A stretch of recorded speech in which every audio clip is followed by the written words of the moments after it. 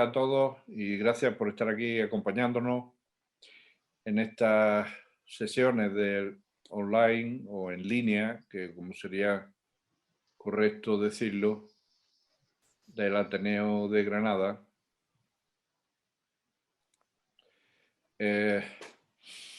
Vamos a comenzar esta tarde un nuevo ciclo en el que queremos hacer un repaso sobre el que se ha llamado el noveno arte, ¿no? La actividad artística del tebeo, del cómic, en Granada desde los años 70 hasta hoy. ¿Por qué estas fechas? Pues porque en los años 70, como nos explicará hoy nuestro invitado José Tito, fue cuando por primera vez se organiza, digamos, la actividad artística de la historieta de una manera colectiva, organizada, con unas circunstancias especiales, porque estábamos todavía dentro del franquismo, pero ya, digamos, con una cierta articulación. Y alargarnos hasta hoy en día es porque hoy tenemos a varios jóvenes y no tan jóvenes, pero dibujantes fantásticos en primera línea de la historieta internacional, ¿no? Entonces me parece que es, digamos, un recorrido muy interesante. Bueno, como ya he dicho antes, hoy está con nosotros para ofrecernos esta, digamos, conferencia de la Granada de papel, de los inicios de este movimiento del cómic en Granada, José Tito Rojo, a quien la mayoría de vosotros conocéis de sobra y sabéis que es una persona polifacética que se ha acercado a distintas actividades más o menos relacionadas con el arte, pero también con la ciencia a lo largo de toda su trayectoria. Él en realidad es doctor en ciencias biológicas, doctorado que obtuvo en la década de los 90 con una tesis titulada Restauración en Arquitectura del Paisaje, ensayo metodológico aplicado al Carmen de los Mártires y otros jardines granadinos del siglo XIX. Un poco digamos, el título de la tesis resume lo que ha sido su actividad durante esos años, ¿no? Reestructurando y restaurando una serie de jardines emblemáticos de Granada, trabajo que luego se fue extendiendo afuera de nuestra ciudad. Hizo un trabajo de adaptación, vamos, de recuperación de los jardines de la Alcazaba de Málaga e incluso internacionalmente, porque ahora mismo está trabajando en la remodelación paisajística de los jardines del emperador Augusto en Roma. Bueno, podría, digamos, señalar un montón de, digamos, méritos en relación con esta actividad suya, que es la que, digamos, le ha ocupado los últimos años. Ha publicado varios libros sobre el tema del paisajismo y la jardinería. El Carmen de la Victoria, un jardín regionalista en el contexto de los Cármenes de Granada. El Jardín Hispano-Musulmán, los jardines del Andaluz y su herencia, que los publicó en colaboración con su colaborador Miguel Ángel Casares. Y luego, en solitario, ha publicado Los jardines de la Universidad de Granada y Los jardines de la Alhambra en versión inglesa, el uno en 2007 y el otro en 2015. Ha colaborado también en libros colectivos Alhambra, Paisaje y Memoria, Jardín y Paisaje, Miradas Cruzadas, Paseo de los Cármenes del Darro, un paisaje histórico a los pies de la Alhambra, etc. Y, por supuesto, numerosos artículos en revistas especializadas. Pero resulta que Pepe Tito es también poeta y además poeta laureado. En su primer libro, Perífrasis, Poemas y Palinsestos en la muerte de Arturo, fue premio Jaén de poesía, me parece uno de los primeros, ¿no? De los primeros que se otorgaron. Y luego escribió también La Perspectiva y publicó La Perspectiva Nevsky, el Antonov en Barcelona, que se publica en 1996. el de la muerte del rey Arturo, que es como una especie de recreación poética de los mitos de los mitos de Bretaña, de los mitos artúricos, se publicó en 1988. Son dos libros muy interesantes y muy singulares dentro de lo que ha sido la tradición poética reciente de la ciudad de Granada, ¿no?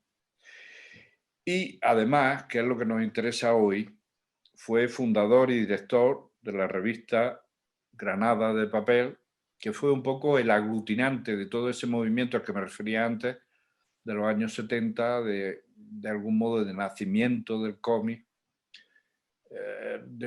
como digo ya, de un modo articulado, porque dibujantes e historietistas lo había, ¿no? Y bastante buenos. Me imagino que él se referirá un poco también a esa prehistoria, ¿no?, de lo que fue el dibujo en Granada, ¿no? Y bueno, publicó también un libro sobre el tema titulado Los tebeos de Granada. Bueno, Pepe, aparte de eso, es una persona entrañable y legendaria en la ciudad, porque estuvo siempre cerca de todos los movimientos culturales, de los movimientos políticos también y político-culturales, ¿no? Y está lleno de experiencias y de anécdotas en relación con aquellos años en los que él era un poco transversal, como se dice hoy en día, ¿no? De pronto estaba en un lugar y de pronto estaba en el otro, y estaba haciendo cosas en un sitio e inmediatamente o al poco tiempo haciendo cosas en otro. En fin, yo dándole las gracias porque esté aquí con nosotros, acompañándonos y ofreciéndonos su sabiduría y su palabra, pues le doy precisamente eso, la palabra. Bueno, muchas gracias. Confieso que tiene la sesión una componente de embolado. Llevo como 30 años negándome a asistir a foros del mundo del tebeo, que todavía la gente se acuerda y me invita. No he escrito sobre el tema desde hace décadas. Entre otras cosas por la dificultad de mantener dos pasiones a la vez. Sigo siendo lector, me sigue interesando, pero no como antes, que es que me lo leía todo y estaba al tanto y tenía contactos. Ahora me dedico a los jardines, soy un jardinero y en eso. Pero la oferta de Álvaro, el Ateneo, tenía una componente que me resultó como muy tentadora, ¿no?, que era reflexionar sobre los orígenes del tebeo, digamos, moderno en Granada. Y bueno, voy a compartir pantalla a ver si se puede ver. He preparado una presentación que resume las cosas que se hicieron. Lógicamente es una presentación muy personal, muy sesgada, porque lo que refleja es cómo viví yo aquella época y cómo reflexiono ahora en el presente sobre ella.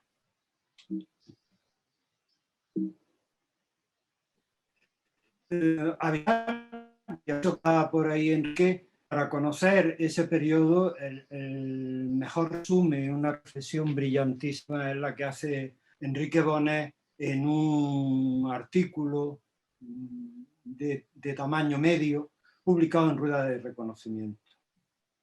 Me centraré en el periodo inicial de aquellos tebeos, que es el que va desde el año 1976 a 1974.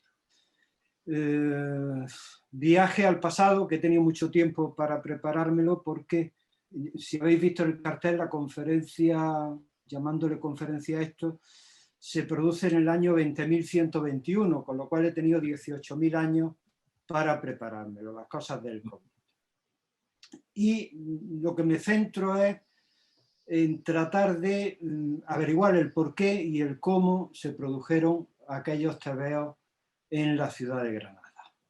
Y me resulta inevitable, por mi forma de entender la realidad, ponerme en antecedentes para comprender el ambiente en el que se gestó aquella historia. Y el ambiente a muchos niveles, en el mundo de los tebeos, en el mundo de la política, en el mundo de lo cultural. Posiblemente el inicio del tebeo moderno, tal y como se entendió durante muchas décadas en Europa, tenga que ver con la publicación en una revista frívola, en V Magazine, de Barbarella. Estamos en el año 62. Pero realmente lo que fue el detonante no fue esta publicación, sino que un editor curioso, Losfeld, publicara Barbarella en una edición de lujo en el año 64. Un libraco de buen tamaño, tapadura, bien presentado.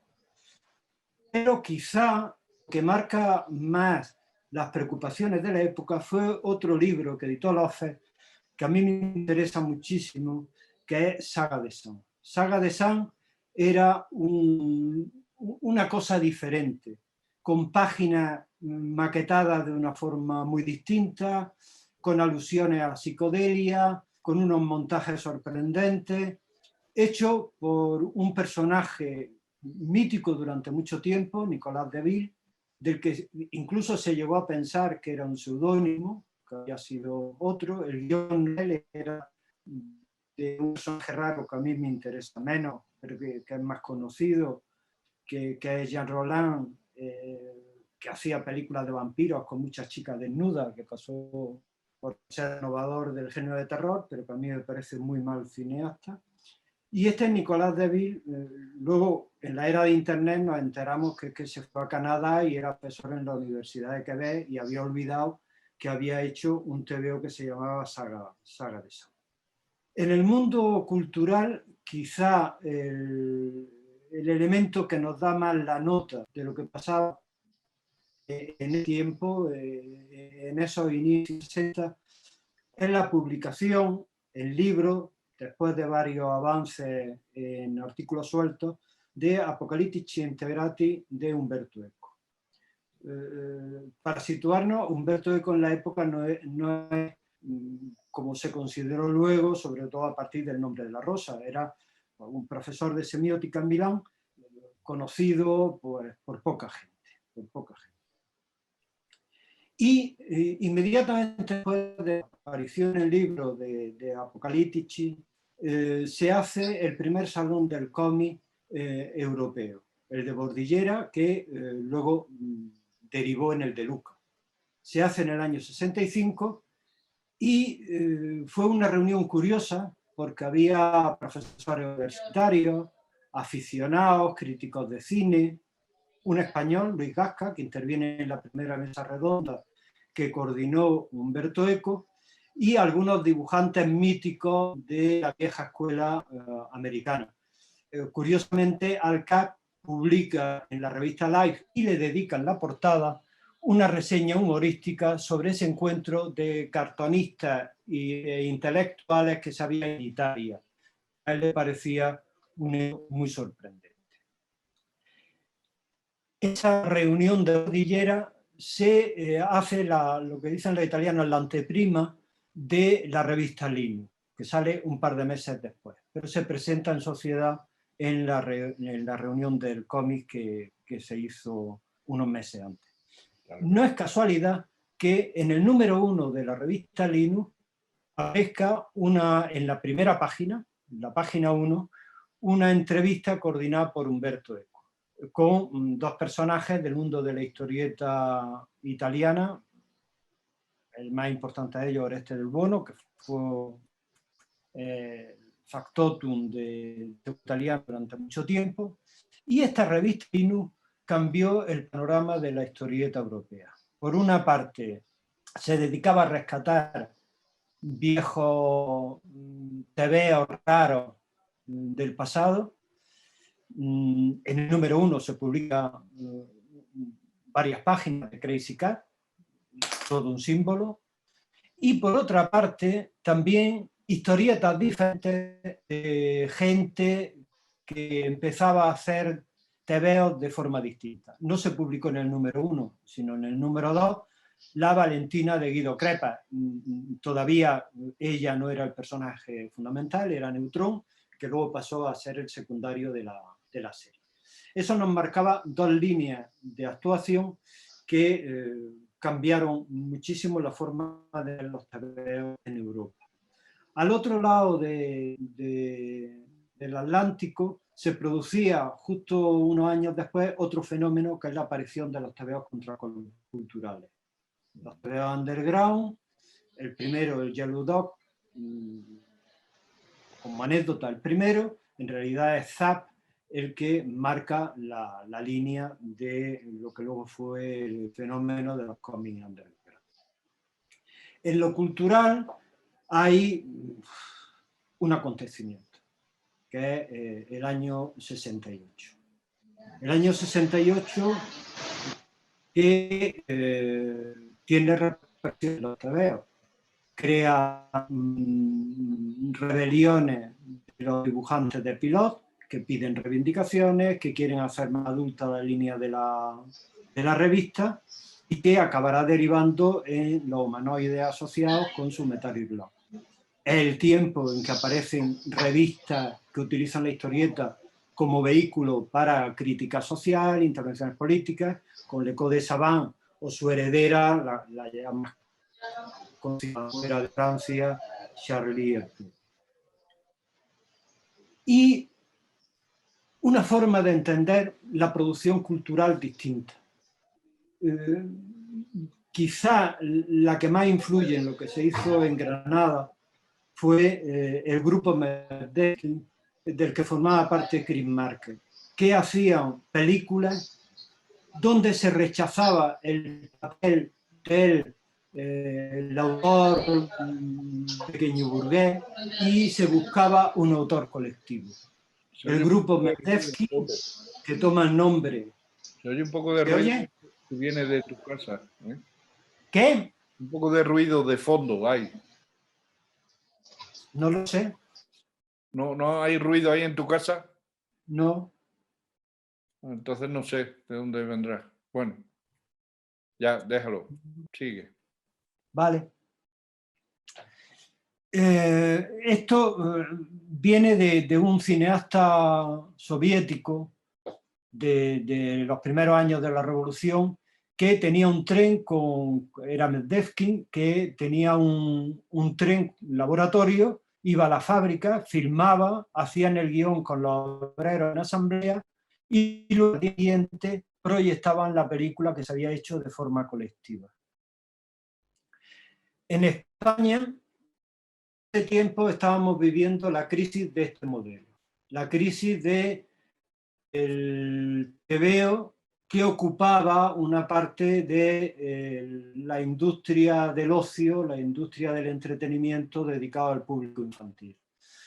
Por muchas razones, entre ellas la aparición de la televisión, y que dejaba a estos niños, compraban los tebeos y los leían en la calle, fuera de juego, tenían que recurrir a otro tipo de entretenimientos más atractivos, más directos que el tebeo. Y hace crisis el tebeo español. La mayoría de los tebeos desaparecen en aquella época. El cierre de 1966 me parece que marca un límite muy, muy neto, y se abre un periodo en el que una serie de intelectuales españoles empiezan a preguntarse cosas sobre el tebeo, y se publican muchísimos libros de teoría sobre tebeo. Se publica el de Umberto Eco Cido, un año después de su publicación italiana. Inmediatamente después Luis Gasca publica el suyo, Tebeo y Cultura de Masa. Luis Gasca había estado en Bordillera, en la misma mesa redonda con Umberto Eco, y publica fanzine de crítica de historietas, el fanzine Cuto, que duró muy pocos números. En ese fanzine colaboran Antonio Lara, Antonio Martín, que son dos de los teóricos de aquel momento, y Antonio Martín, que que sea el elemento fundamental del cambio del TVO en España, con su revista BAM, primero fanzine, luego revista, sus libros de estudio y sobre todo su papel de patriarca de los nuevos dibujantes, que lo tenía como la referencia del que sabía, del erudito y del que lo apoyaba de mil maneras, desde muchos puestos. Y luego incluso a nivel de... En ese momento hay una serie de intentos para renovar el TVO. Muy resumidamente, pongo como ejemplo el caso de Enric Sió, que publica en Cataluña, publica en Linux. En Linux publica Gardi en varias entregas, que son esos 3 cuadraditos que veis en la pantalla, luego se publica en España, publica en Francia, un libro mítico que yo creo que tiene muy poca gente porque no se cita, que es Mis miedos, publicado por Dargaud. Otra estrategia es el TVO contracultural, el underground. En este caso lo simplifico con el grupo del rollo enmascarado, que no solo publican vendiendo la Rambla el rollo enmascarado, sino que también son arropados por los segmentos modernos de la intelectualidad. De hecho, Paupérrimo se publica como separata en la revista Nueva Acción, en el número 61 un encarte, y Luis Vigil, uno de los 3 directores de Nueva Dimensión, llega al acuerdo con los dibujantes de darle 500 de esos cuadernillos para que ellos los distribuyeran por su cuenta. De ese TVO underground inicial derivan pues una serie de revistas que estáis viendo ahí, que conocéis. La otra estrategia es la intervención ideológica y política. El mejor ejemplo del grupo, el Kubrick, con Felipe Hernández Cava, que es otro de esos personajes fundamentales en la renovación y en la historia del TVO. Una cuarta estrategia era el uso del TVO como arma en conflictos sociales.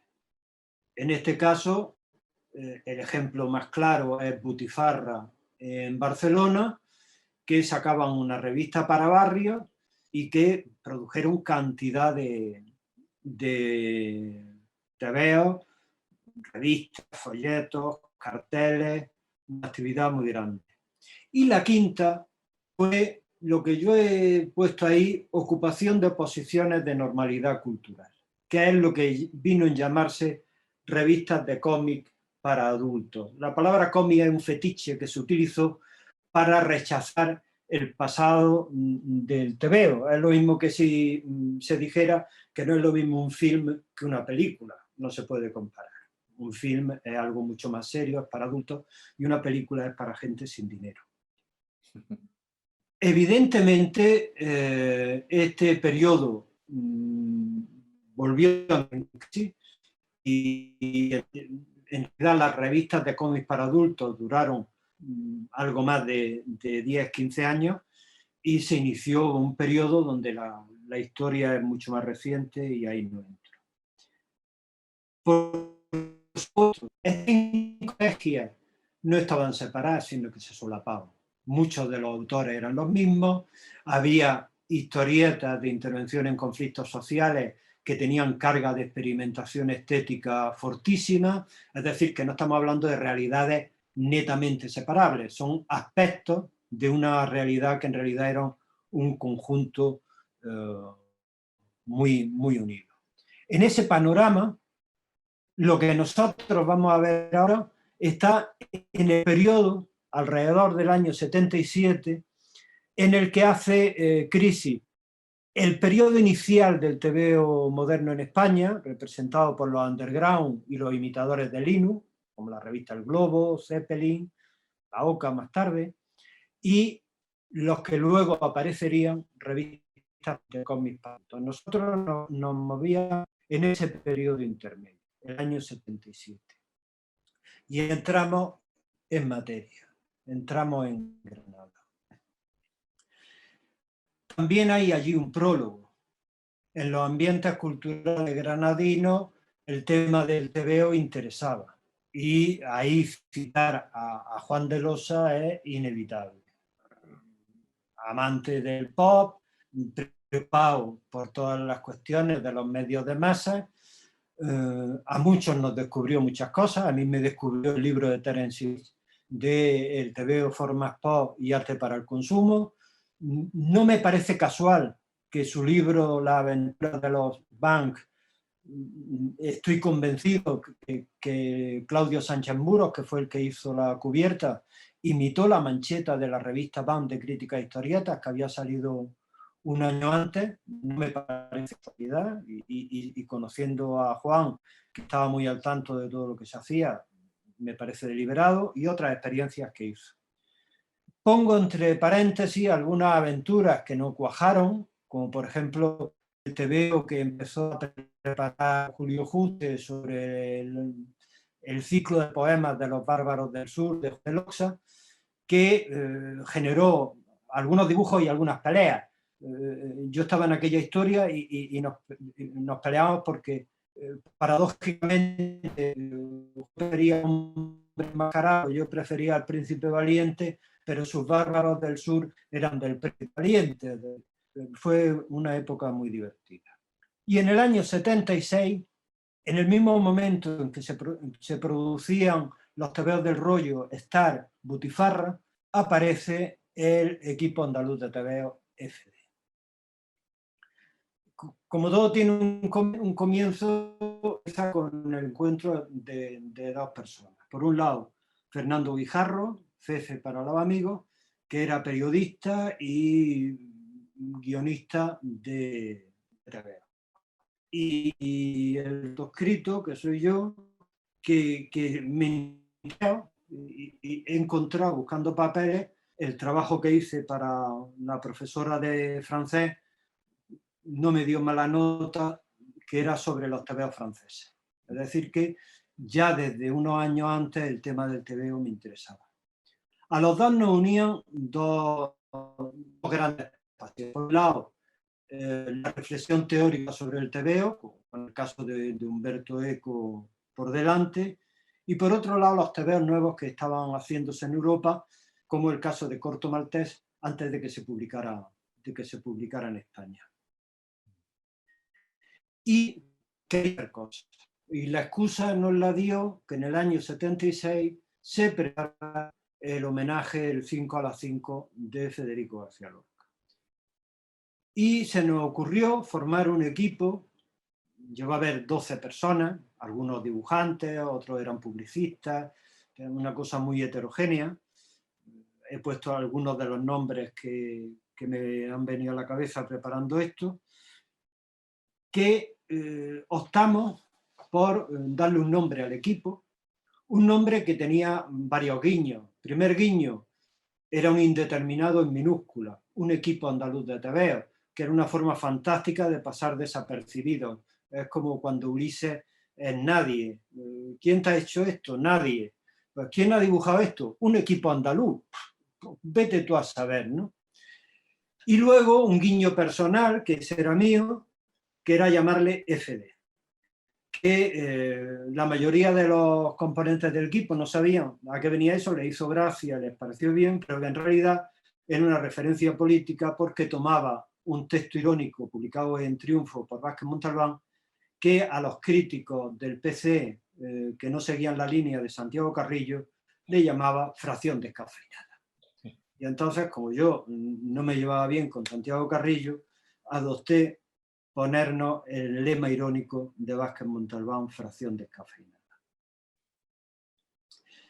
Y el título del tebeo que sacamos era también un poco provocativo, era el número de viñetas que tenía, 81 viñetas para Federico García Lorca. Es un trabajo que no existe, no aparece en ninguna reseña de internet, no se escribí yo en Tebeos de Granada y el artículo que antes he recomendado de Enrique Bonet, que no está en ninguna biblioteca pública que yo sepa, y del que ni siquiera yo tengo un ejemplo. En un traslado perdí los 4 o 5 que me quedaban. Y no he localizado a nadie que lo tenga. Ahí confío en que alguno de los presentes, si lo tiene, me lo haga llegar y le hago un facsimile. Aquello fue casi un happening. Una experiencia única, efímera. Se hicieron 3.000 ejemplares que se distribuyeron y agotaron en una hora. Además, se hicieron y se acabaron de encuadernar en el mismo momento que se estaba celebrando en el patio del Hospital Real el primer acto del 5 a las 5. Y nosotros sacábamos de las máquinas el tebeo, los 12 lo plegábamos y formábamos el cuadernillo, y una cadena humana desde el patio donde estaba el servicio de publicaciones al fondo del Hospital Real al patio primero de los mármoles donde se hacía el homenaje, llevaba los ejemplares con la tinta húmeda. Ahí he puesto, porque me resulta recuerdo inevitable, la pasión que ponía Lola Gao en pedirnos tebeos para llevarlos para la gente, o que en la cadena humana estuviera Blas Otero. Era un tebeo que reflejaba muchísimo las preocupaciones que teníamos como colectivo, yo tenía personalmente. No era un tebeo didáctico, no era un tebeo narrativo, sino que era un tebeo más de sensaciones. Por un lado, empezaba con un preámbulo del contexto histórico del 36 y luego hacía una narración paralela, por un lado, los preparativos del homenaje y por otro lado, la detención y fusilamiento de Federico. Eso se mantiene en todo. Aparecen fotos de las reuniones de preparación del homenaje, personajes reconocibles de la preparación del homenaje. Aparece Antonio Ramos, aparece Juan Carlos dando una conferencia, es decir, que trataba de ser casi periodístico. Aparecíamos nosotros confeccionando el tebeo, y al final acaba el montaje paralelo, el futuro, que iba a ser la tarde del homenaje en Fuente Vaqueros, se come al pasado. Una cosa de esperanza. Y al final una breve nota diciendo que era el primer trabajo, es decir, que pensábamos seguir haciendo tebeo. Ahí tenéis el grupo de tebeo reunido y dibujado en el mismo tebeo que se distribuyó. Tenía 2 historietas más. Una tampoco eran narrativas, tampoco eran muy directas, sobre el poema de Machado, El crimen fue en Granada, y otro, un alegato diciendo que no fue solo Federico García Lorca el que murió. Decir que no fue el primer tebeo que se publicó sobre Federico García Lorca. En México, en la editorial Novaro, se publicó en Vida Ilustre un tebeo con la biografía de Lorca. Seguramente el guión es de un poeta, de Javier Peñalosa Calderón, que es responsable de la mayoría de los guiones de Vida Ilustre, aunque no podemos certificar que este en concreto lo hiciera él. Un magnífico poeta. No era malo el guión, conocía la realidad, pero tenía amigos exiliados que le contaron cosas íntimas de aquel tiempo. Ahora, el dibujante no tenía ni idea de lo que era España del año 36. Ahí veis el pelotón de fusilamiento, parece escapado de un tebeo del oeste. Es algo realmente como muy sorprendente, Y seguimos haciendo tebeo. Tebeo con una nueva forma. Por lo pronto, en aquel verano del 76 se incorporan, por un lado, Juan Ferreras, fotógrafo, y por otro lado, Rubén Garrido, Julián Garrido y su hermano, y Carlos Hernández, que cambian totalmente la estética del equipo. El problema que tenía el equipo es que no tenía dibujantes. El primer tebeo de lo dibujé yo, que no sé dibujar. Es decir, que está claro. Sin embargo, Rubén y Carlos eran excelentes dibujantes. Y, por supuesto, continuábamos los dos fundadores y de vez en cuando se arrima alguno de los del equipo inicial, es decir, que no había un carné de un equipo andaluz de veo. Hacíamos fundamentalmente trabajo en los barrios y decidimos sacar una revista para las asociaciones de vecinos, que fue la primera Granada de Papel, en enero del año 77, aunque en todas partes pone 76, fue enero del 77, del que se hicieron 10.000 ejemplares. Muy heterogéneo, muy preocupado por temas urbanos, muy irónico, la ironía marcaba toda la Granada de Papel. Aquí veis el dibujito que se imprimió en bicromía, pero lo pongo el original en colores, esa alhambra edificada con rascacielos para sacarle rentabilidad económica que le falta hacer con la alhambra, como todo el mundo sabe. Tratamos de ser modernos, de no hacer una narración lineal, con los especuladores como uno de los grandes enemigos de la ciudad, con esa historieta, todas eran anónimas, obviamente esta es de Carlitos, de Carlos Hernández. El tema de los mártires, que se toca, y en una de las cosas que yo pude aportar al grupo fue esa idea del trabajo colectivo y del trabajo rechazando el endiosamiento del productor cultural.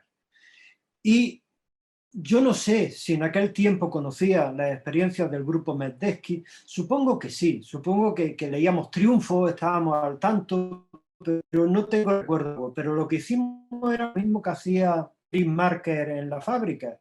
Íbamos a las asociaciones de vecinos, reuníamos a los vecinos, hacíamos el guión con ellos y luego nosotros, que teníamos la técnica, pasábamos ese trabajo colectivo a un papel.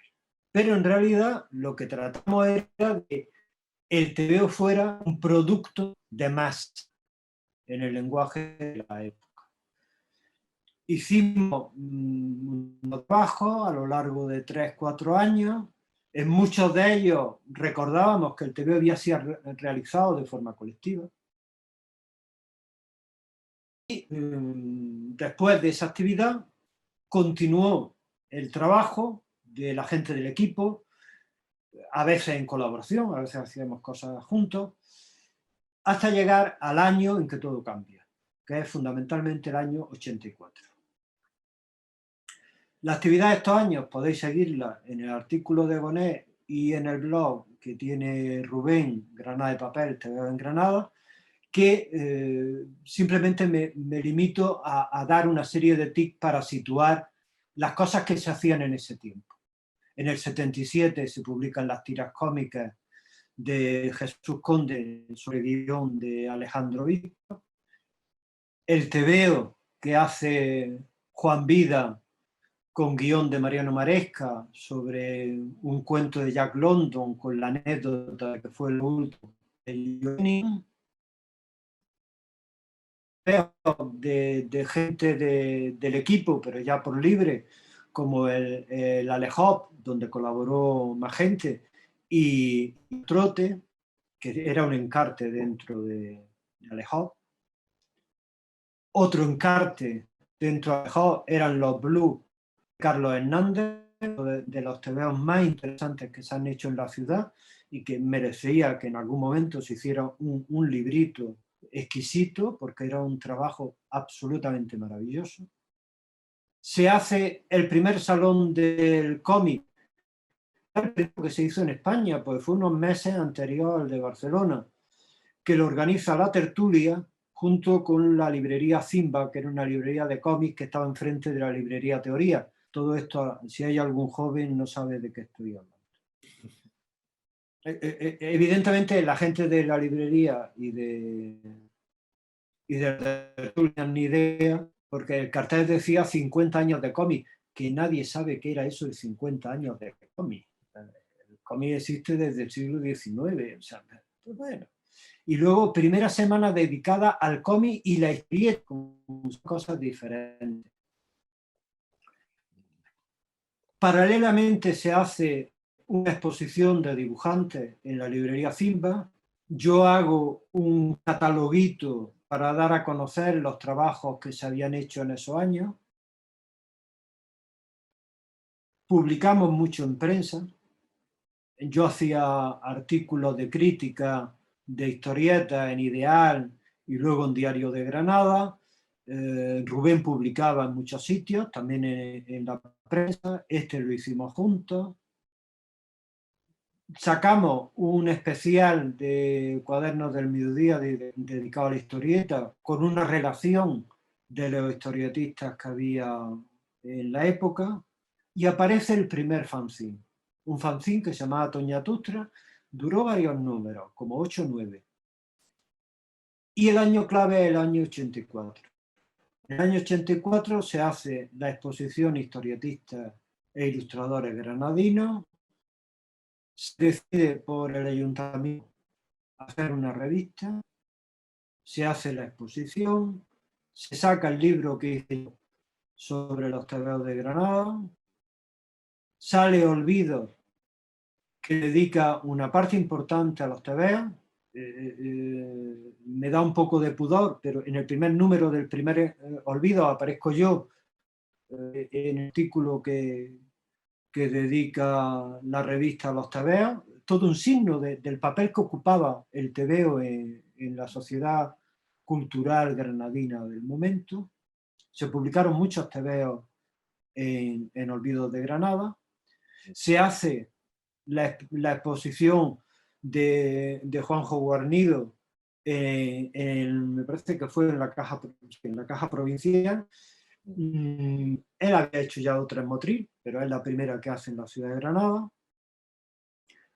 Aparece más fanzines, aparece la revista Granada en Mano, que publica un encarte de historietas, Don Pablito, y la revista La Granada de Papel, Nueva Época. Si la anterior era contra el ayuntamiento, esta era hecha desde el ayuntamiento. Una revista de calidad. O sea, y algunos de los trabajos que publican los dibujantes absolutamente extraordinarios. He puesto como ejemplo esto de Joaquín, ¿no? Una delicia de historia. Y en los años inmediatos empiezan a aparecer nuevos fanzines y nueva gente. Segunda Sonrisa, Jarabe de Palo, Qué mal te veo, ahí estaban ya Enrique Bonet, estaba Sergio García, estaba Juanjo Guarnido, es decir, que eran gente nueva, una nueva hornada. Sigue habiendo experiencias interesantísimas de los dibujantes del primer tiempo. Aquí de ejemplo Zumbayá, más revistas. ¿Qué quedó de todo aquello? Pues yo creo que lo que quedó es una cantidad de autores de calidad que solo se explica por el ambiente que habíamos generado al principio.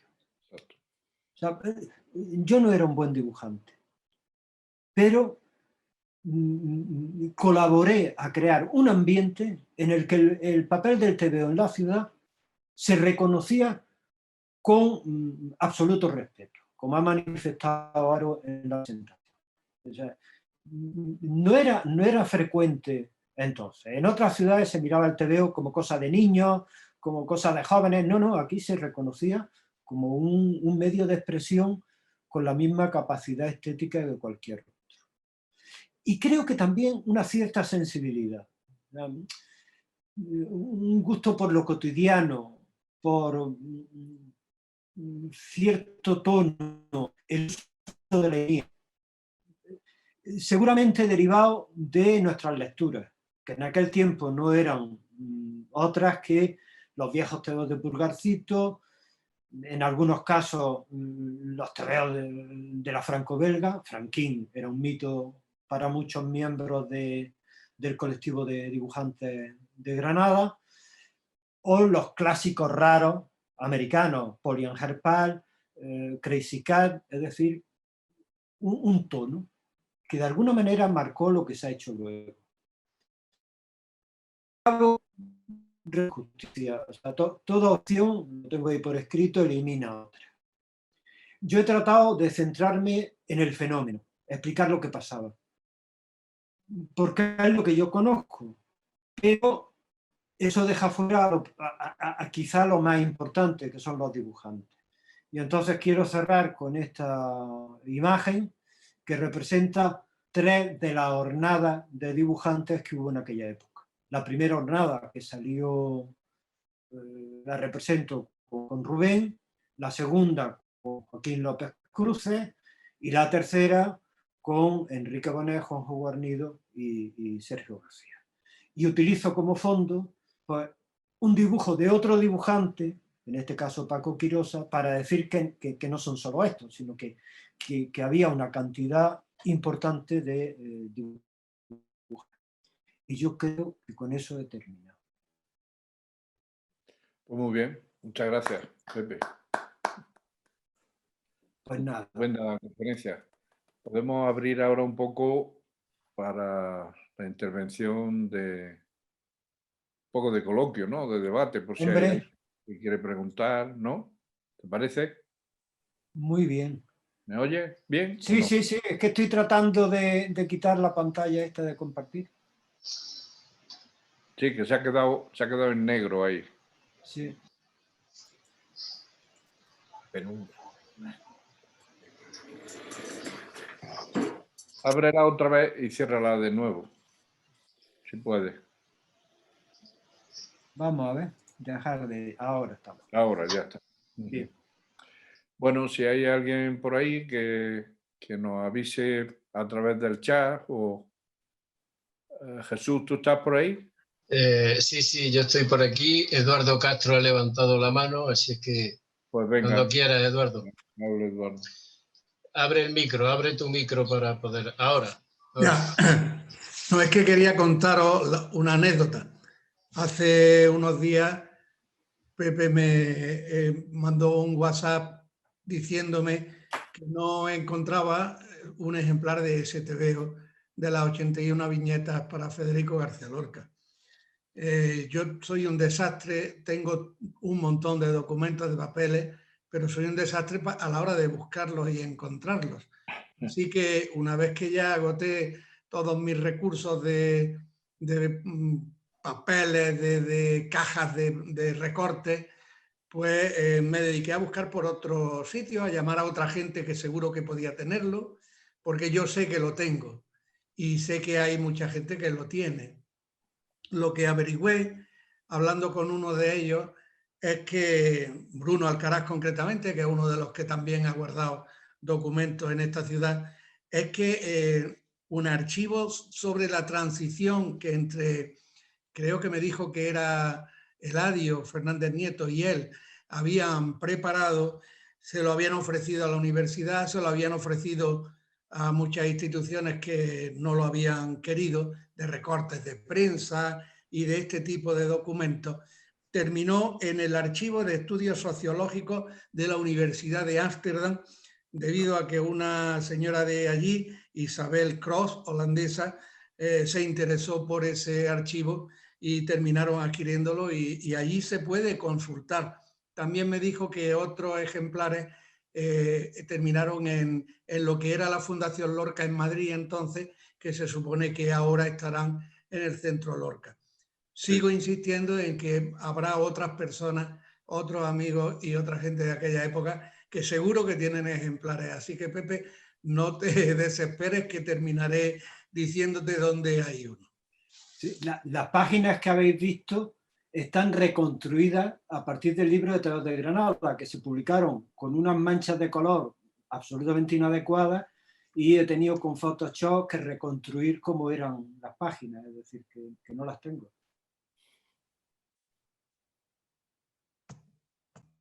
Bueno, ¿alguien más quiere comentar algo? Es posible que... Sí, Rubén Garrido quiere intervenir. Ponte el micro, Rubén, ponte el micro.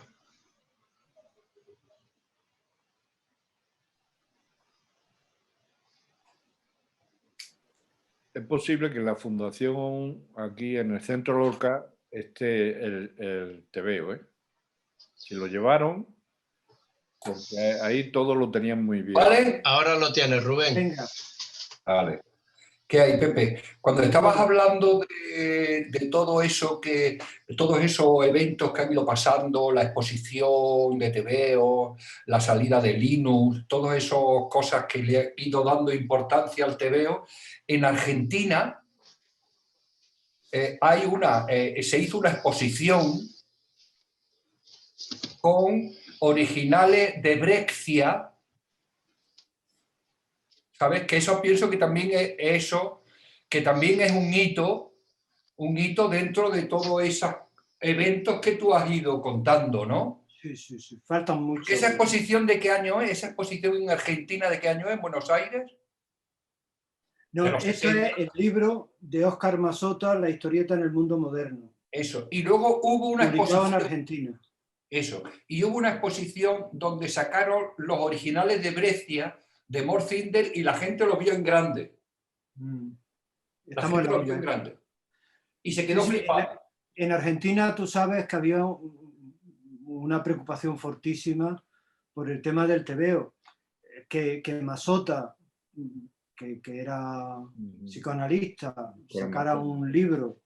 Pues la edición es Buenos Aires, sin fecha. Creo que es del 65. Creo que es del 65. Claro.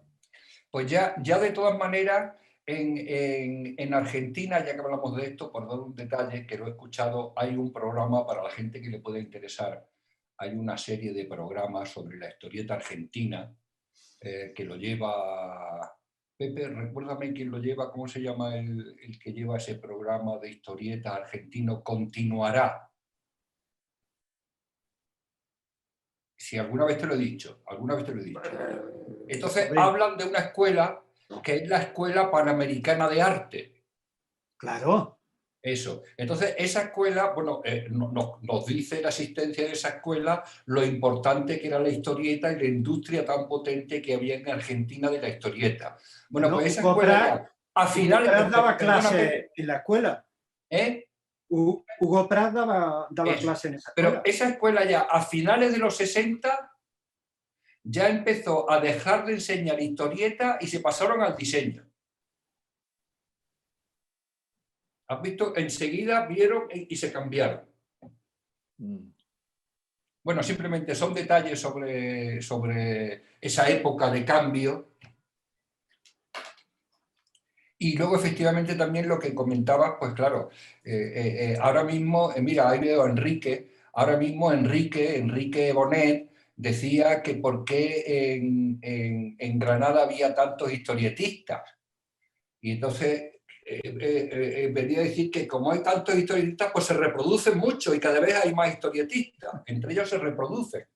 Y efectivamente una parte de que eso sea así, pues está evidentemente en la asistencia de la Granada de papel, claro, de ese primer grupo de gente que hubo y que yo recuerdo, por ejemplo, que al taller que compartíamos entonces Joaquín López Cruces y Paco Quirosa y un servidor, iban entre ellos Enrique, que lo tenemos aquí, iban mucha gente que ahora luego se ha dedicado a la historieta, ¿no? Y allí nos poníamos a ver pues Little Nemo, El Príncipe Valiente, Crazy Cat, Fred lo veíamos mucho, y bueno, iban allí mucha gente joven, que entonces era más joven que nosotros siempre hemos sido los mayores, no sé por qué, siempre hemos tenido que ser los mayores.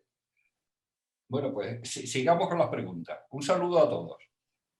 Gracias. Pues Enrique Bonet quería también hablar. Bueno, se me escucha, ¿no? Sí. Sí. Bueno, lo primero, Pepe, darte las gracias y felicitarte porque creo que has condensado en un tiempo récord y nos has hecho un viaje alucinante por la época y bueno, por lo que era el ambiente. Creo que has condensado muy bien lo que quería contar y lo que quería transmitirnos, ¿no? Y nos ha hecho revivir muy bien ese momento y ese ambiente que yo creo que era muy importante, ¿no? El recordar ese caldo de cultivo y contar por qué los tebeos no surgen de la nada, ¿no? Y estaban inmersos en un determinado ambiente, en una determinada contexto. Y bueno, agradecer también por la parte de las referencias que ha hecho tanto a mi trabajo como a de los dibujantes que seguimos un poco esa línea. Y también al hilo de lo que comentaba Rubén, es cierto, ¿no? Ese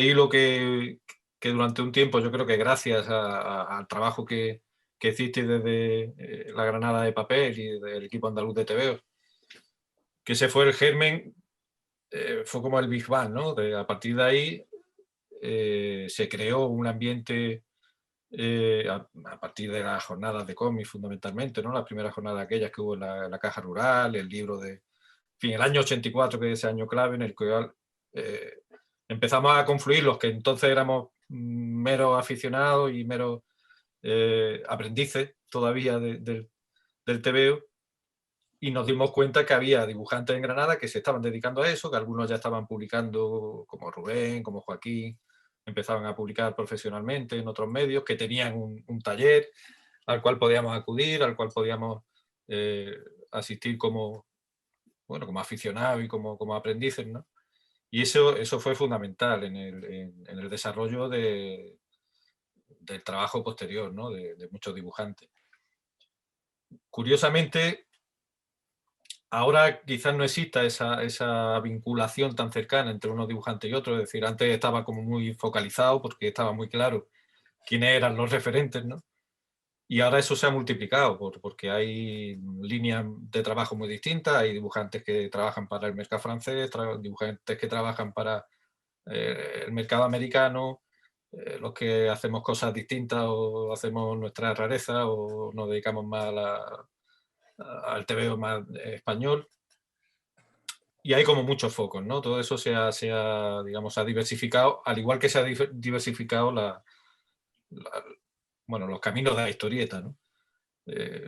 Posiblemente por la internacionalización del trabajo, ¿no? Que en aquel momento prácticamente a ningún dibujante se le ocurría la posibilidad de publicar fuera, ¿no? En los años 80, pues eso era como un camino muy, muy lejano, ¿no? Muy complicado, prácticamente para la gente que se había tenido que marchar por temas de exilio, ¿no? Pero no era una posibilidad real de trabajo, ¿no? Eso se rompe ya en los años 90, donde se rompe por completo el mercado o la industria del TVO en España, y el que quiere dedicarse profesionalmente a esto no tiene más remedio que salir fuera, y eso ya abre un poco el campo, ¿no? Y hace que las líneas de trabajo hoy día sean muy distintas a las que estaban muy marcadas en esos años, ¿no? En los años 80. Pero que en definitiva todo eso no hubiera sido posible, ese caldo de cultivo no hubiera podido producirse si no llega a existir todo lo que existió en esos años, ¿no? En los años 80. Así que bueno, que gracias por la parte que nos toca y sobre todo gracias por la charla, que ha estado, yo creo que muy oportuna y muy, muy interesante. Gracias, Enrique. Mira, Gracias, Enrique. Yo creo Dime. que quizá una cosa que no se ha transmitido es lo insólito del fenómeno en Granada. Porque en aquel tiempo, estamos hablando de la mitad de los 70, estaba la industria barcelonesa con el tanque de Bruguera, pero con muchas otras, un poquito en Valencia y un poquito en Madrid. Que de pronto surgiera un grupo de chalaos en una ciudad de provincias como Granada sorprendió muchísimo y nos acogieron muy bien. O sea, ahí el padrinazgo de Antonio Martín o de Felipe Hernández Cava en la revista Madrid, haciéndole un hueco a Rubén, y también publicaron otros de Granada, significaba el reconocimiento de que había un tercer foquito, ¿no?, donde se hacían cosas además diferentes. Quizá eso sorprendía, eso sorprendía. Luego hemos descubierto que no tan sorprendente. O sea, estaba ahí de esas veleidades intelectuales de hacer TVOs de masas, de autor colectivo, en la línea Mezdevkin, pero luego me entero con Felipe Hernández Cava de que ellos en el Cubri hicieron también cosas de ese tipo. Es decir, que estaba en el caldo de cultivo de cierta inteligencia nacional el hacer cosas diferentes, ¿no? También el tono intimista, personal, se refleja en muchos dibujantes que colaboraban en Madrid. Es decir, que no éramos tan raros, pero algo rarillo éramos. Y sobre todo era muy sorprendente que en Granada hubiéramos podido crear ese ambiente que tú has reflejado muy bien, ¿no? Esa colectividad, nos veíamos, hablábamos, nos reuníamos, compartíamos, hacíamos cosas juntos, que ahora es distinto, evidentemente, pero como tú has dicho, de alguna manera el Big Bang estuvo en la mitad de los 70. Eso está claro. Y con lo que tú comentas de la rareza de esa escuela granadina o de esa manera de hacer tebeos que había aquí, ¿no? Yo creo que eso sí que no se ha reconocido suficientemente o que no se ha... A mí me ha sorprendido mucho, ¿no? Me sorprendía cuando se empezó a hablar mucho de la novela gráfica y de ese, bueno, de esa nueva manera de hacer tebeos, de abrir el tebeo hacia temáticas que normalmente no trabajaba. Es decir, hacer tebeos que no eran tebeos de género, no eran tebeos de aventura. Eso se hacía en Granada, en la Granada de papel y en los tebeos que hacía Rubén, los que hacía Joaquín. Es decir, esa manera de contar experiencias del autor o de experiencias de la ciudad o experiencias vitales, más allá del género o de la aventura. Yo creo que eso sí era una cuestión muy singular del tebeo granadino, que a mí particularmente es lo que más me ha interesado siempre, ¿no? Y lo que yo también he intentado luego trabajar por mi cuenta. Y bueno, creo que en cierta manera se fue pionero en una manera de hacer tebeos que luego hay gente que ha descubierto y como que le ha sorprendido, ¿no? Como que, la historieta también puede abordar estos temas. Eso ya lo sabíamos desde hace mucho tiempo, ¿no? Y no es que lo sabíamos, es que se había hecho y se había practicado, ¿no? Y en ese sentido sí que creo que la historieta granadina del momento tenía algo que la diferenciaba de lo que se hacía, incluso de lo que se hacía en Madrid. Porque es verdad que en Madrid, la revista Madrid y algunos de los autores sí hacían tebeos más tipo intimista, pero siempre yo creo que estaban muy ligados al momento, ¿no? Como a la modernidad, a la famosa movida, ¿no? Y era como, no sé, otra estética, ¿no? Digamos que eran tebeos que tenían más, yo lo veo como más pegado al momento, al momento estético, ¿no? Más que a una manera de contar o una manera de narrar, ¿no? Cosa que, insisto, los tebeos de Granada de esa época los puedes leer ahora y no han perdido nada de frescura, ¿no? ni de vigencia. En fin, que creo que sí que hubo ahí algo que mucha gente podría volver a descubrir ahora y sorprenderse de lo que se hacía en aquel momento, ¿no? Él, Enrique. Es verdad. Así se habla. Una cosa también que quería comentar yo en todo esto es que también, aparte de mis historietas, voy a hablar de mi caso concreto, ¿no? Que es el que conozco, yo pienso que también ha servido que en Granada haya gente que se pueda, que de hecho está interesada y que vive de ello, que yo también desde el año 70, desde el año 80 yo doy clases de historieta. Entonces, por mis manos han caído mucha gente, no todos que se han dedicado a la historieta, ¿no? Pero yo me acuerdo, por ejemplo, yo di un taller de historietas en Bellas Artes, que fue un logro llegar a Bellas Artes, que yo no he vuelto a pisar Bellas Artes en mi vida. Y estaba Munuera, por ejemplo. Sí, José Luis yo no he Morera fue vuelto a alumno. pisar Bellas Artes en mi vida. A mí no me ha vuelto a llamar para nada. Pero me llamó, había un señor que era Fernando Rojo, ¿te acuerdas, Enrique? Sí, sí, fue profe mío. Que él se empeñó en que diese ahí un taller y yo di un taller en Bellas Artes, que por aquella época también di otro taller en Arte y Oficio. En Arte y Oficio estaban Chema y Olga. Y en Bellas Artes estabas tú, que tú has sido alumno mío, Enrique. Sí, sí, sí. ¿eh? Y a mucha honra. En Bellas Artes estaba Munuera. Exactamente. En Bellas Artes estaba este también compañero vuestro que ahora se está dedicado a la pintura. No me acuerdo. Bueno, hubo mucha gente allí y no estoy hablando solo de estos talleres que he dado en estos sitios más renombrados, ¿no? Yo he dado talleres en colegios, en institutos, en pueblos y ahora también los sigo dando en talleres animados en la empresa en la que trabajo ahora, ¿no? Pero que desde el 80, y si alguien quiere ver en el blog Granada de Papel, que ya lo ha comentado Pepe alguna vez, se pueden ver los 3 cuadernos que nosotros editamos en el año 80 en talleres en arte y oficio, que eran 3 cuadernos con ejercicios y con historietas hechas por los alumnos, que allí estaban Andrés Soria, que Andrés Soria ya iba sobrado porque Andrés Soria ya dibujaba bien, en fin, Andrés Soria, él iba sobrado. Estaba Jacinto Gutiérrez, estaba Chiqui, estaba Paco Quirosa. Entonces también yo he estado dando durante todo este tiempo un montón de talleres y sigo dándolos hoy día, talleres sobre historieta. Yo, por ejemplo, con Enrique pues hablamos más de una vez sobre todo esto, sobre la teoría sobre la historieta, sobre dar nombres a las cosas, cómo se cuenta esto, cómo se explica lo otro. Y a mí eso siempre me ha interesado mucho y pienso que eso también es otro factor en todos estos montones de factores que hay para que realmente en Granada es que no solo historietistas, vamos a ver, tenemos que tener claro que en Granada no es solo historietista, hay gente que dibuja, que trabaja haciendo storyboard, que trabaja haciendo fondos, que trabaja haciendo portadas, que trabaja haciendo videojuegos, que trabaja haciendo historietas.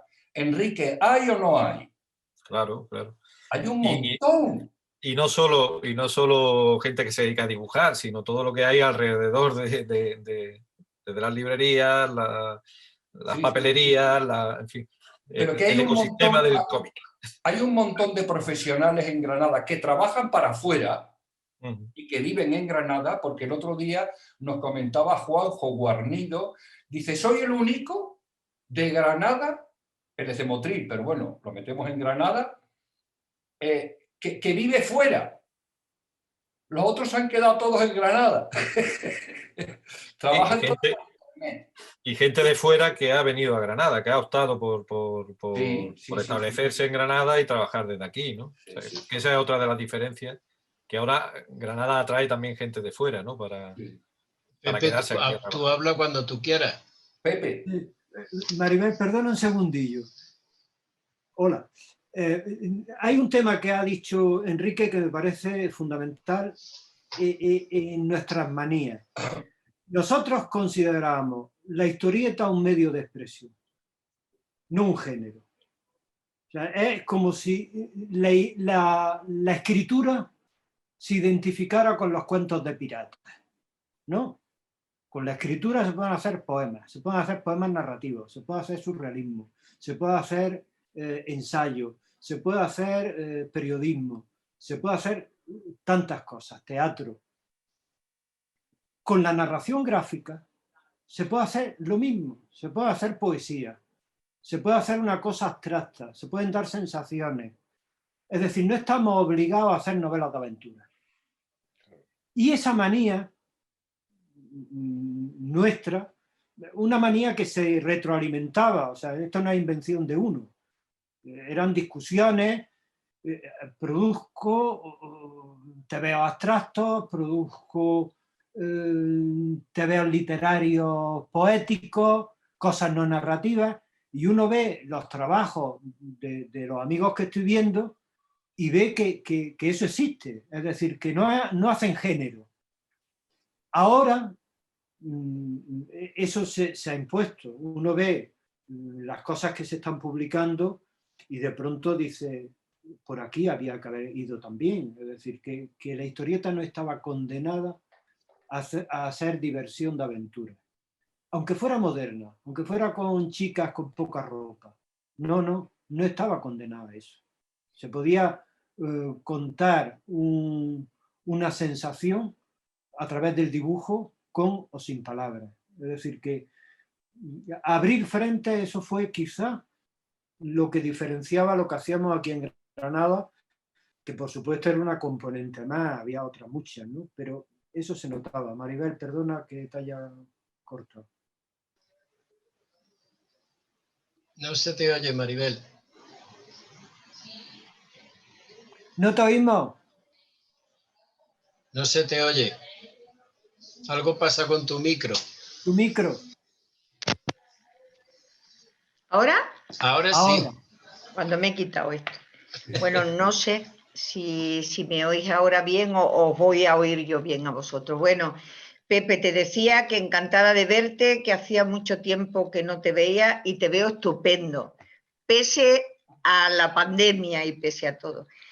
Me ha encantado todo lo que has dicho, todo lo que has mostrado, y soy una de esas personas totalmente extrañada de ver lo que habéis hecho a lo largo de tanto tiempo, que habéis sido auténticos pioneros. Y bueno, quería preguntar dos cuestiones. Primero, si esta historia de las historietas está recogida en un libro, que sería lo suyo, me imagino que sí, porque es lo suficientemente importante como para que ya hubiera, ¿no?, un libro publicado con todo lo que habéis hecho y bien argumentado y bien ilustrado, etcétera, etcétera.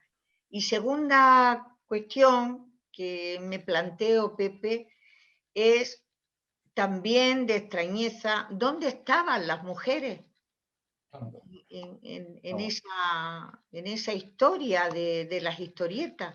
¿No han participado en esa reivindicación que hacíais de los, reivindicaciones sociales y políticas, que ya fue algo importante? No se reivindicó nunca la cuestión de mujeres, que ya existía en Granada, ya existía un movimiento de mujeres reivindicativas. Hemos estado las mujeres al margen de toda esta cuestión de los cómics y demás. Hemos seguido con los cuentos de hadas, que yo era una gran lectora de niña, ¿no? Porque los cómics parece, los tebeos, esos tebeos parecían que estaban dirigidos más bien a los niños que a las niñas, ¿no? Pero bueno, en esa exposición que has hecho me ha extrañado, digo, ¿dónde estaban las mujeres? No existían, no estaban metidas en estas cuestiones. Y ahí lo dejo, Pepe. Sí, vamos a ver, la temática femenina aparece en muy pocos de los trabajos que hicimos en la Granada de Papel, siempre con la componente más social, tema de guardería, ese tipo de cosas, violencia doméstica, aparece también el tema. Dibujantes mujeres había muy pocas, ha citado Rubén Achiqui, algún guión era de mujeres, Almudena Martínez hizo algún guión en la época, escribía muy bien, pero realmente eran pocas. Lo de recoger la historia tiene una componente que a mí sí me preocupa, que es la necesidad de que exista un centro de documentación del TVO en Granada. ¿Por qué? Pues porque hay cantidad de gente joven, en Bellas Artes, por ejemplo, que empieza a hacer TVO, y si no tiene un sitio donde acceder a todo lo que se ha hecho en los últimos 40 o 50 años en Granada, puede perder mucha experiencia y mucho aprendizaje. Entonces, el que alguien, seguramente desde la universidad o desde Bellas Artes, se pusiera la tarea de recopilar esos materiales y tener en una biblioteca abierta al acceso de la gente que empieza y que le interesa el dibujo, aquellas cosas, puede ser interesante. Entre otras cosas, los que pensamos que la historia importa, nos preocupa el perder los lazos de conexión con el pasado, porque son experiencias que se pierden.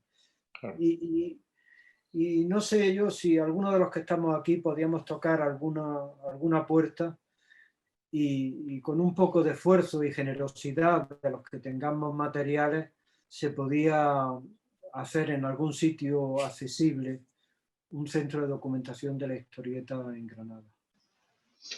Antonio Lara quería intervenir y Manuel Salinas también después. Muy bien, buenas tardes, encantado de estar con todos, con todas. Bueno, llevo un rato esperándome con el... Es la primera vez que entro en Zoom, no en otras plataformas donde estoy habitualmente, suelo entrar porque tenemos videoconferencias y no encontraba dónde levantar la mano. Por eso he escrito el mensajillo ese dirigido a Jesús para que es el moderador.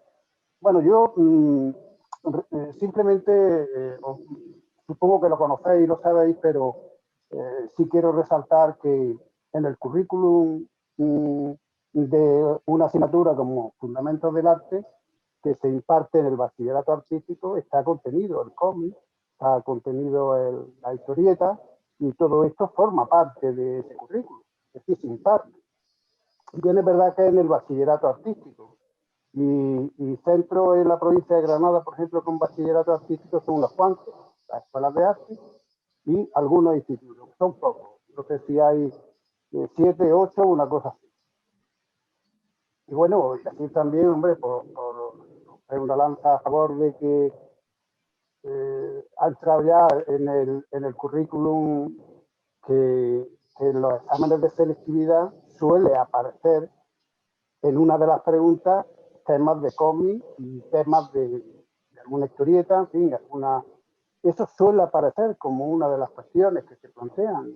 Fundamentalmente siempre en las preguntas semiabiertas, que es rellenar una frase con las 4 opciones y demás, pero que bueno, que eso está ahí. Hombre, entiendo que quizá el currículo de Fundamentos del Arte 1, el primero bachillerato, y Fundamentos del Arte 2, que es la que va a selectividad, tiene un currículum muy denso y probablemente casi cuando se llega a los años 80-90, que es cuando generalmente o en los últimos temas es como lo que suele ocurrir, ¿no?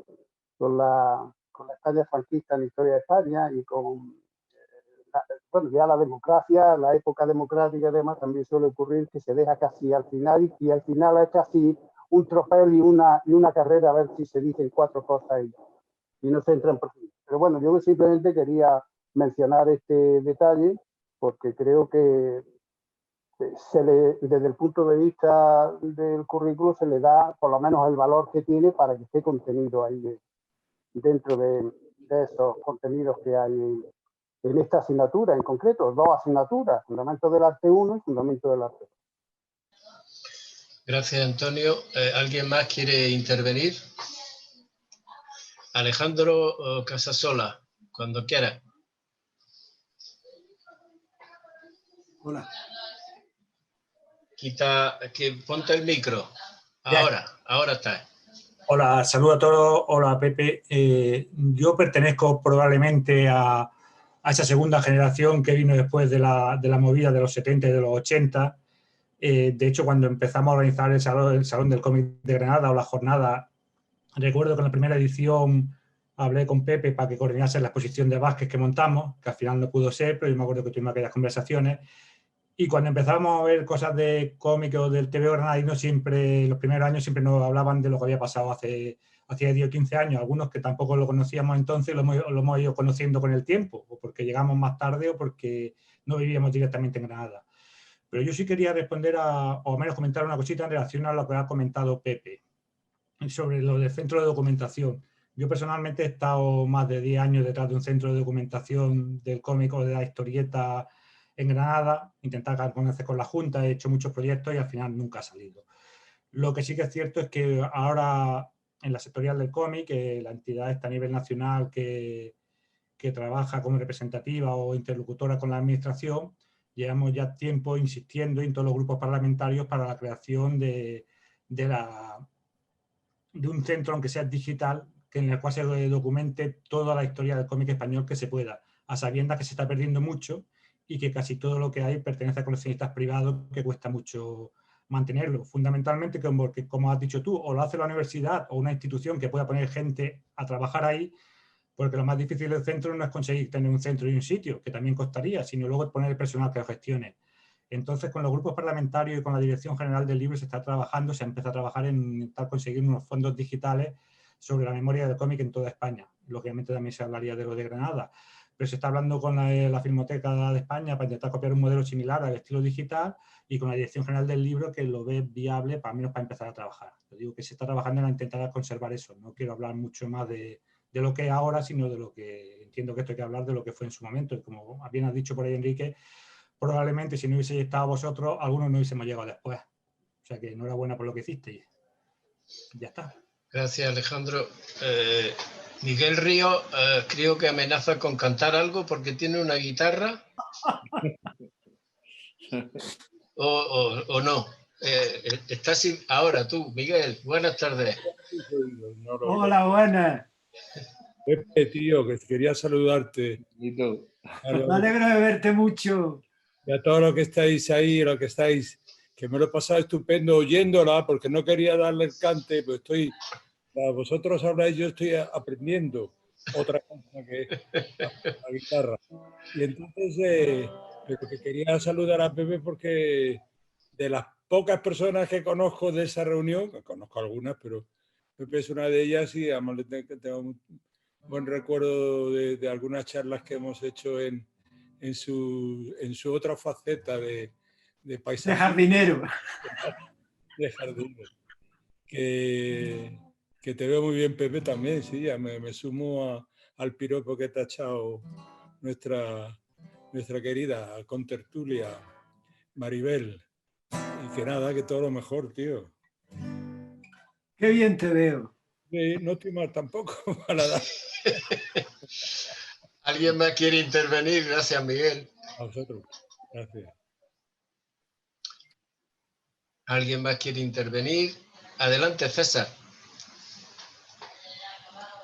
Hola, Pepe. Bueno, encantado de tu conferencia.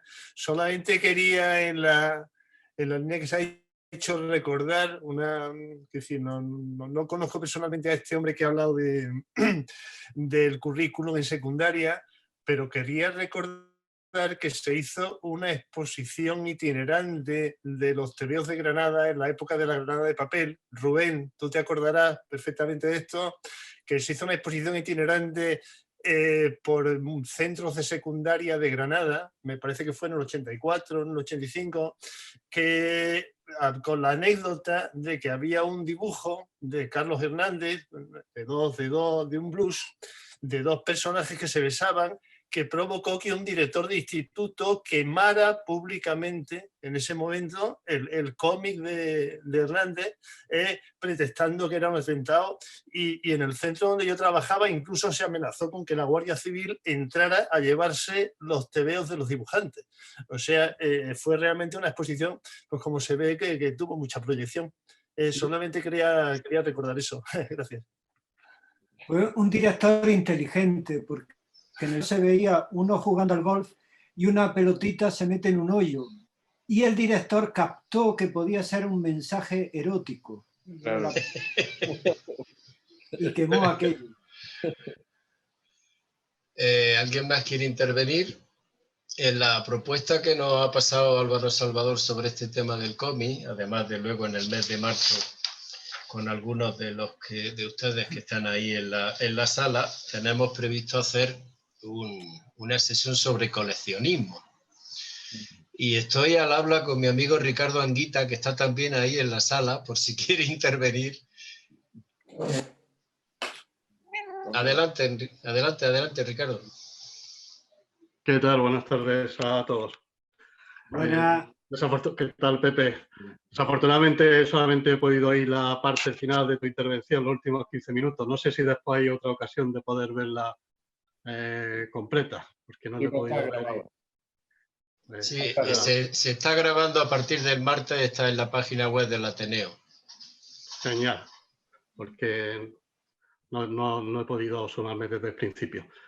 Sí, Jesús, podemos hablarlo porque, hombre, yo sinceramente no me considero coleccionista, aunque tengo muchos cómics, aquí detrás se ve algunos de ellos, solo de ellos, pero no me considero que tenga un perfil de coleccionista como tal, ¿no? Sobre todo si se entiende por coleccionista que busca un cómic antiguo y demás. Sí soy muy lector de TVO e investigador sobre el cómic, ¿no?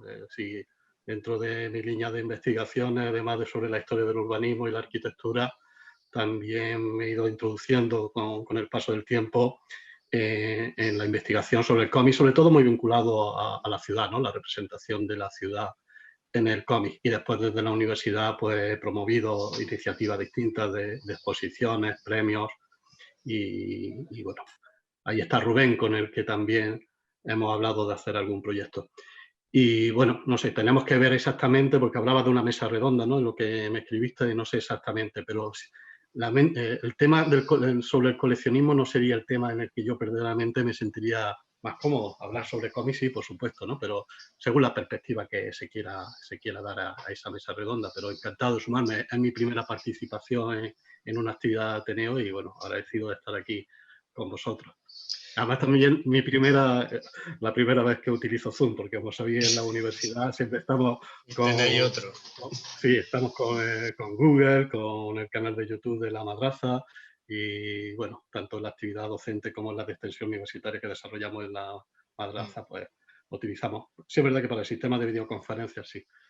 No sé lo que queréis pertrechar en torno a esa mesa, con quién queréis contar y demás sobre el coleccionismo. Yo mi faceta de coleccionista, como os digo, es más de lector de novedades del día a día. Sobre todo desde que yo recuperé el cómic, ¿no? Porque yo fui un lector de cómics desde la infancia sobre todo, ¿no? Hasta la etapa del instituto, de entrada al instituto. Y ahí pues sí, leía Bruguera, ¿no? Leía Marvel, leía Bande Dessinée, pero después estuve muy alejado y ahí está alejando, fue precisamente un salón del cómic de Granada en el año 2000, justo en el año 2000, cuando un salón que se celebró en el Paseo del Salón, donde vi algunos de esos cómics de mi infancia, que no solamente leía lo que he dicho, sino también, aunque era niño, yo leía muy de lo que sería un cómic de adulto, ¿no? De las revistas de la época, ¿no? Y sobre todo mucho de terror, por ejemplo, que era muy aficionado en ese momento. El caso es que a partir de esa nostalgia de ver de algunas de esas publicaciones, recuerdo del Planeta de los Simios y demás, pues empecé una faceta que ahí sí inicialmente fue de coleccionismo, ¿no? De recuperar algunas de esas colecciones que yo había leído y que eran de la revista de los años 70, sobre todo, pero lo que hice sobre todo fue sumergirme en el cómic, ¿no? Y ya, pues bueno, descubrir todo lo que es el cómic con su ambición narrativa, su diversidad de género, ¿no? Que entre el tiempo que yo había leído en la infancia y ese momento, pues había tenido un desarrollo fantástico, ¿no? Y fue un salón del cómic, ¿no? Donde lo cubrí. Y a partir de ahí, pues sí me volví un lector muy asiduo, diario, ¿no? Y con compras cada vez mayores y un conocimiento muy amplio, eso sí, de lo que es el cómic contemporáneo, ¿no?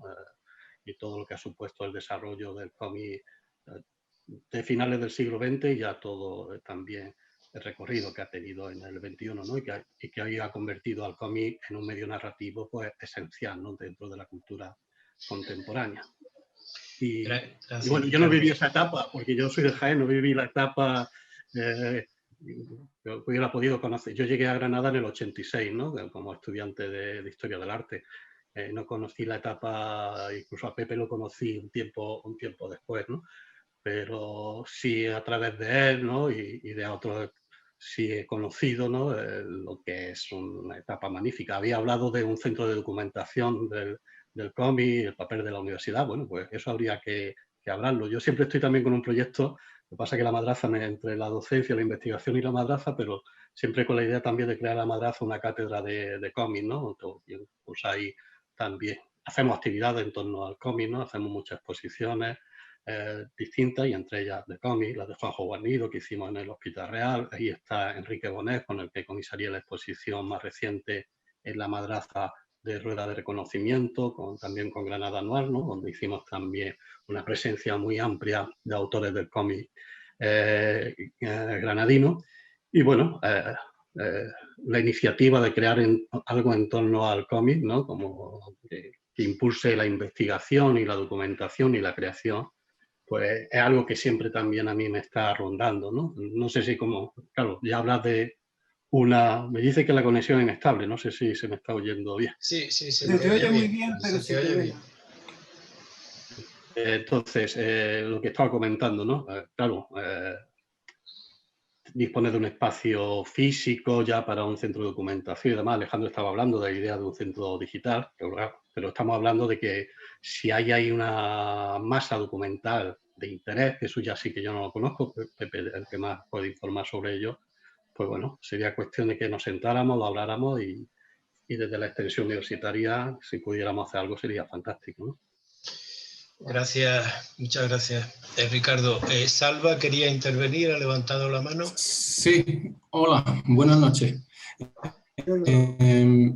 Era una pregunta general a los entendidos, a José Tito, a Rubén, a los protagonistas de los cómics de los años 75, 77 hasta el 84, que ha sido el periodo que se ha tratado.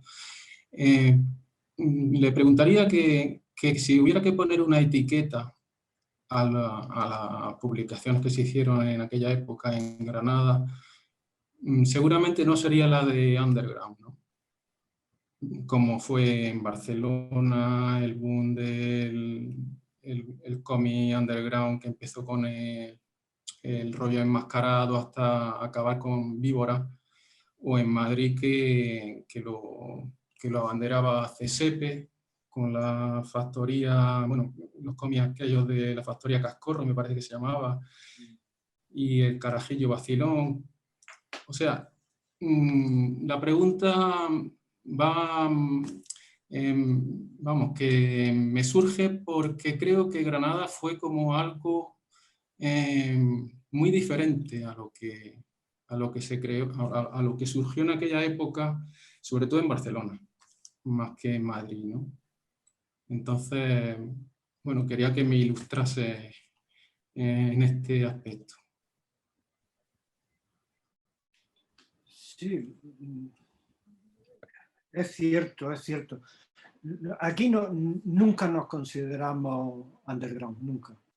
Sin embargo, compartíamos vicios y preocupaciones con ellos, es decir, las fronteras no eran tan nítidas. Lo que sí asumíamos es que estábamos al margen de la industria, eso sí.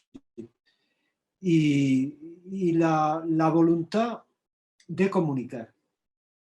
Había una frase de Rubén: quiero hacer publicidad de mi idea. O sea, teníamos esa voluntad de intervenir en los procesos sociales. Eso nos caracterizaba mucho. Y el tema que antes hemos aludido del tono. Volviendo al tema del centro de documentación, yo creo que estamos en un momento clave en que eso es posible, porque dentro de poco va a ser muy difícil recuperar los materiales. Y yo pienso sobre todo en cosas que están fuera del comercio. Por ejemplo, la infinidad de fanzines que se han publicado en Andalucía todavía pueden ser recuperables. Lo interesante sería tener los materiales físicos, porque la materialidad de aquellos productos era importante, el papel con que se fabricaban, el formato, cómo estaba montado el producto, que eso no lo transmite una reproducción digital. El poder tener acceso al material es importante. 81 viñetas era un tebeo enorme, era tamaño periódico. Eso era importante también, porque lo caracterizaba. Y el tenerlo, incluso aunque fuera facsímil, porque haya un coleccionista que no quiera desprenderse del ejemplar, pero el poder tener en algún centro consultable público, puede ser una sección de una biblioteca, no tiene por qué ser, o al menos en principio no tiene por qué ser un centro específico con personal, con materiales, puede ser una sección de la Biblioteca de Bellas Artes dedicada a recopilar. Lo que sí tiene que haber es la voluntad de hacerlo, es decir, alguien responsable de recopilar esos materiales. En Todo Colección se pueden comprar números de Toñatustra a 6 euros. O sea, no, hablamos de materiales que todavía son accesibles en el comercio. Jarabe de palo, hay números que se pueden comprar. Se trata de crear un fondo que permita conocer a los investigadores del tema y a los creadores, a la gente que le interesa el TVO, saber qué otras cosas se han hecho al margen de la industria. Consultar Bampu es muy fácil, porque es una revista comercial que uno se va a la Biblioteca Nacional y allí están, por depósito legal, es decir, que no hay problema. Pero el rollo enmascarado está en el Reina Sofía, porque lo compraron a buen dinero. O sea, recopilar los fanzines, los TVOs de barrio, tal, que se hicieron en un largo periodo de 20 años en la ciudad y quizá en Andalucía, todavía abordable. Solo hace falta que haya alguien al que se le encargue dedicarse a recopilar estos materiales, no es un problema de dinero. Y empezar de una forma modesta con una sección en una biblioteca universitaria podría ser posible. Se me ocurría pensando en 81 viñetas. El que yo, que lo hice, no lo tenga ni pueda verlo, es un signo de una memoria que se pierde.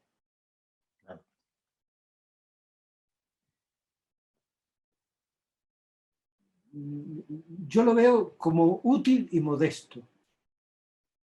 Evidentemente, lo que ha dicho Alejandro es otra historia. Es un centro de documentación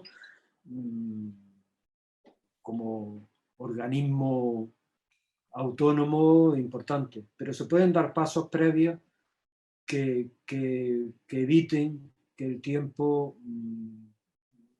arramble con la memoria de aquellas cosas. Gracias, Pepe. Rubén Garrido quería de nuevo intervenir. No, tienes que quitar el micro, Rubén.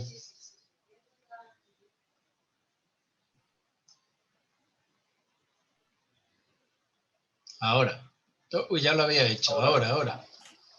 Es que estoy el primero y tengo ahí un lío. Mira, Salva, que nos comentaba antes sobre qué decía exactamente, hablaba de que si, qué etiqueta se le podía poner a eso que se hacía en Granada. ¿No? Yo, personalmente, desde siempre que he hecho historieta, o sea, yo nunca he pensado en dirigirme al público de la historieta. Nunca. Yo he pensado siempre que me dirigía al público en general. Al público en general, ¿no? Entonces, por ejemplo, está la palabra fanzine. La palabra fanzine es una revista para aficionados. Y entonces, a mí cuando me han dicho, ¿tú qué fanzine hacías? Yo digo, yo nunca he trabajado en un fanzine. No tengo nada en contra de los fanzines, evidentemente. Pero yo nunca he trabajado, yo he publicado en algún fanzine, pero en una revista, por ejemplo, La Granada de Papel no es un fanzine, La Granada de Papel es una revista que va dirigida al público. Don Pablito era un suplemento de una guía del ocio, eso no iba dirigido a los aficionados a la historieta, eso iba dirigido al público en general. La misma revista Tapadera, que no sé si algunos conoceréis, que era una revista de humor, que saqué en el año 92 con José Luis y con Carlos Hernández, tampoco era un fanzine, porque era una revista de humor dirigida al público en general. Entonces, después de nosotros, o paralelamente a nosotros, lo que se estaba desarrollando en el mundo de la historieta, en Madrid y en Barcelona, habiendo cosas muy interesantes, evidentemente fantásticas, ¿no? Pero era que la historieta se estaba empezando a dirigir a los aficionados a la historieta. La revista Totin era la revista del cómic, era para gente que le gustaban, aficionados a la historieta. Cada vez se dirigían menos al público en general. Rubén, no Butifarra ni el Cubri. Bueno, Butifarra era otra cosa. Y bueno, el Cubri, según el libro del Cubri del que parte y reparte, bueno, sí, eso está dedicado a todo el mundo, no está dedicado a los aficionados a la historia. Se publican fundamentos, es decir, entonces, yo a Salva, perdona Pepe, yo a Salva diría eso, que yo no he trabajado para aficionados a la historieta ni para el mundo de la historieta. Yo haciendo historietas, porque yo hago historietas 100%, yo soy historietista, cuando hago historietas, pero mis historietas están dirigidas a todo el público. Entonces, para mí eso también diferencia mi trabajo de, bueno, mi trabajo, estoy hablando de mí, y también, pues yo en ese saco meto, pues ahí estábamos también Joaquín,